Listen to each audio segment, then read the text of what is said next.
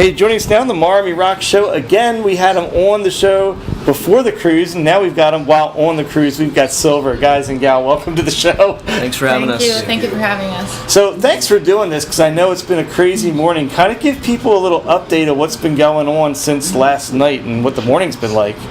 Oof. The morning, the night ended like 3 hours ago.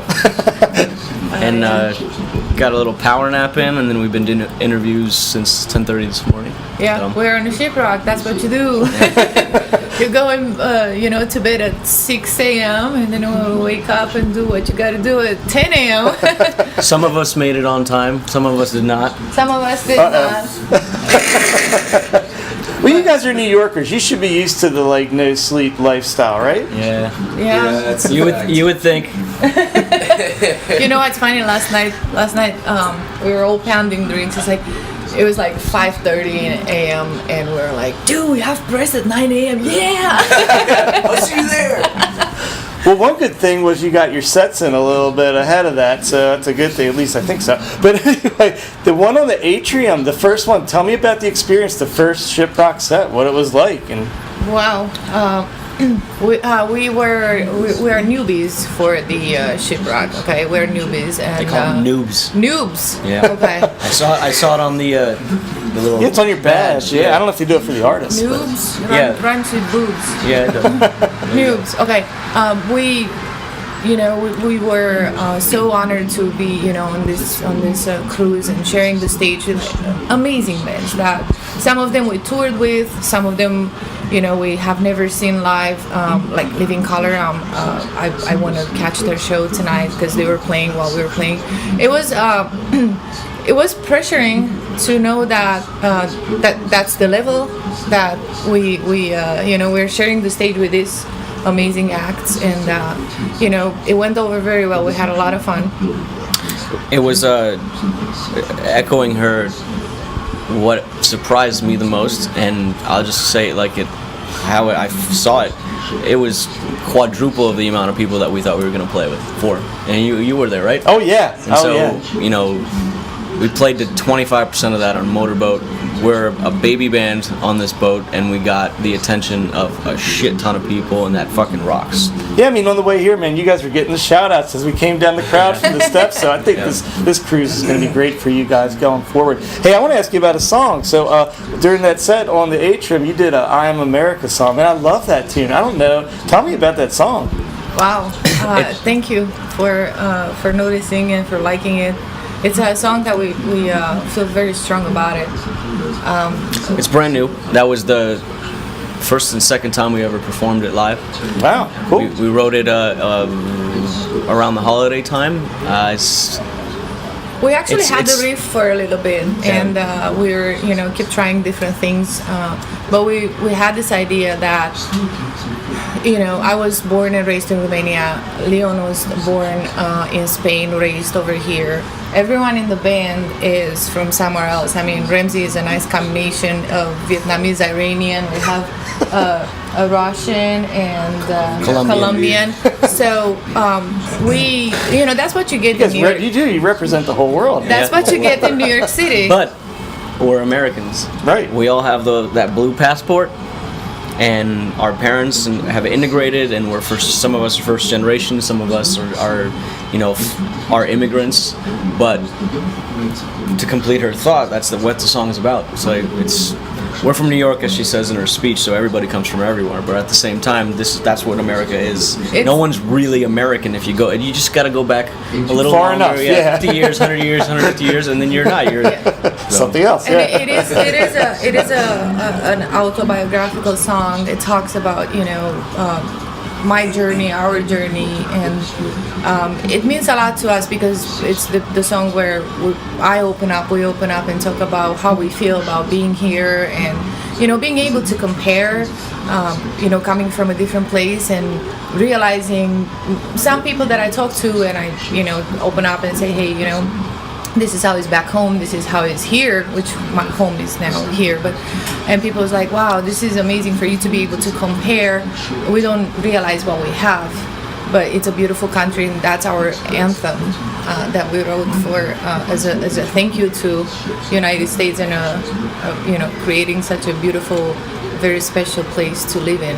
Well, that one's got to be a single out there. I mean, I love that tune. It was We hope really, so. really cool. Hey, so a question for you. Other female artists, front women on the ship. There's, I think, 2 other ones maybe. Yeah. Do you guys know each other? Have you had Yes. like a ladies' night to compare notes or anything? Yes. Obviously, Laguna Coil we toured with three times last year, and Icon for Hire. We haven't had the chance to tour or anything, but we knew of each other. So as soon as actually at the check-in we met, I was like, "Hey, it's you! Hey, it's you!" But I spent some time yesterday with Christina. We were talking, partying, and everything. So obviously we go back about a year now, so we know each other. We actually have thanked them numerous times, and we'll do it again. They're a big reason why we just signed a deal, and they gave us the exposure we needed, and they know that. And like with the last show we did with them back in October, we announced the deal on their set, thanking them, because you gotta be honest about who did what for you, and You gotta give back to that they're one of the very few bands who are selfless. They a lot of bands have that competitive vibe about them. Laguna Coil is not. They're fucking beautiful human beings. So hey, yeah, how could I glance over? Let's not glance over the signing. It was your first show as a signed band. So did you have a special party for that? And tell people a little bit about the signing, by the way. Did we do anything special? I mean, we got drunk numerous times. But would we have done that anyway? Maybe not something special, but you did play it on a ship, which is pretty cool. So But you know what? It was the best part, I guess it was, because we announced it here right before we came on a Shiprocked, and we played on stage the first show as a signed artist, and then we partied with everyone afterwards. So I mean, we couldn't have a better signing party.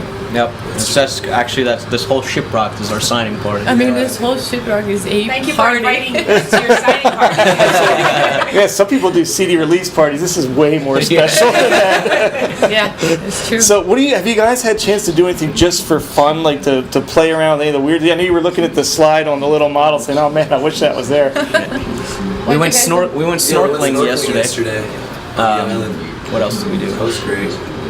I played some craps, some hold'em with some of the Shiprock guys last night. What else? What'd you guys do? Anything? That's a great party. That was a good time. Who have you enjoyed seeing? Like other bands? Like are there ones you haven't seen before? Because I know with touring band, you've probably seen everybody. Are there other artists you haven't seen before and somebody that jumped out? I've seen Non-Point before, but like they played right after us at the show we did, so I didn't really get a focus and watch them. I gotta watch them on this ship, and they're amazing. It was really amazing to watch them. Seven Dust was badass to see. We've seen them a couple times in the Northeast, but I think we all went to go see this Crowbot, and we were blown away by them. Yeah. There. Fucking great bands. Yeah, Pennsylvania boys from our home state. So Yeah. Crowbot. So hey, what's next for you guys now? So with the signing, do you rewrite now? Do the songs or how does this work for a band? I'm a novice at that. So we signed with E1, and we have been writing since the EP. Before the EP, there's songs that didn't make the EP, and we've been writing throughout the entire 2014, touring on just 4 songs plus another song that, or a couple songs that didn't make the EP. But we've been writing. We're up to 30 right now. We're now going back, lowering that number. Narrowing it down. We're going home to do some pre-production, and then we start tracking for the record in first week of March in Chicago. And then festivals. Any hope for festivals this summer? I know it's early. You probably can't say if there are, but just say, can we hope for a festival? I know you're probably hoping for one. Yeah, the short answer is yes. Hope you will most likely see us as a late addition to some, since a lot of them have been announced already. But we're hoping that we can grab a couple now that everything's starting to move in the right direction for that stuff. So. Yeah, I believe the most important part that for now is actually getting the record out.